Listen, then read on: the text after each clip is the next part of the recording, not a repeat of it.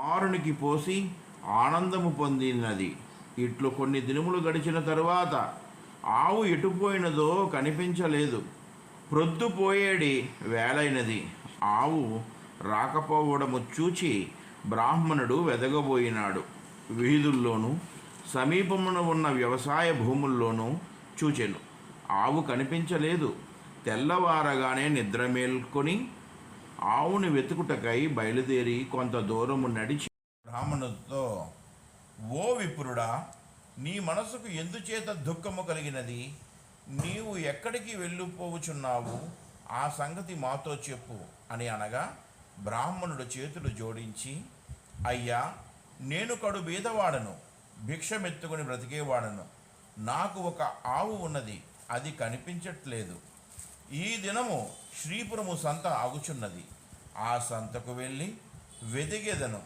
ఎవరైనా దొంగిలించి తీసుకొని పోయినట్లయితే ఆ సంతలోనే అమ్ముతారు కదా. త్రినాథస్వాములారా, ఈ ఉద్దేశ్యముతోనే నేను వెతుక్కుంటూ వెళ్ళుచున్నాను అని తన సంగతి చెప్పెను.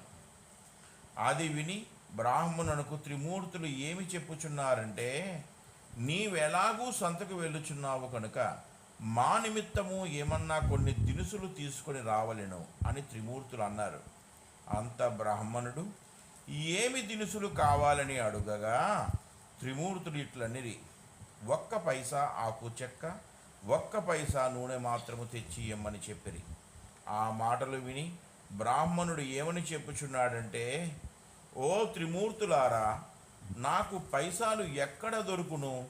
నేను బీదవాడును గదా, భిక్షమెత్తుకుని జీవించుచున్నాను అని అనగా, త్రిమూర్తులు ఏమి చెప్పుచున్నారంటే, ఓ బ్రాహ్మణుడా, విను. అదిగో రెల్ల పొద కనిపించుచున్నది కదా, దాని మొదట 3 పైసాలున్నవి. ఆ మాటలు విని బ్రాహ్మణుడు వెళ్ళి ఆ గోరంటు గడ్డి మొదలు పైకి లాగేసరికి 3 పైసాలు దొరికినవి. ఇంకా ఉండనేమో అని చెట్టును ఇంకనూ పైకి లాగుచుండెను. అది చూచి త్రినాథుల వారు, బ్రాహ్మణుడా, నీకు వెర్రి పట్టినదా?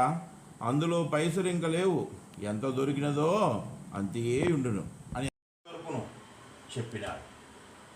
కలుగుతుందో అప్పుడు 5 మేళాలు స్వామివారికి ఇస్తాను. ఈ మాట సత్యమని చెప్పినాడు. నేత్రములు మూసుకో. వెంటనే బ్రాహ్మణుడు నేత్రములు మూసుకోగా అకస్మాత్తుగా దీపములు వెలిగినవి. అది చూచి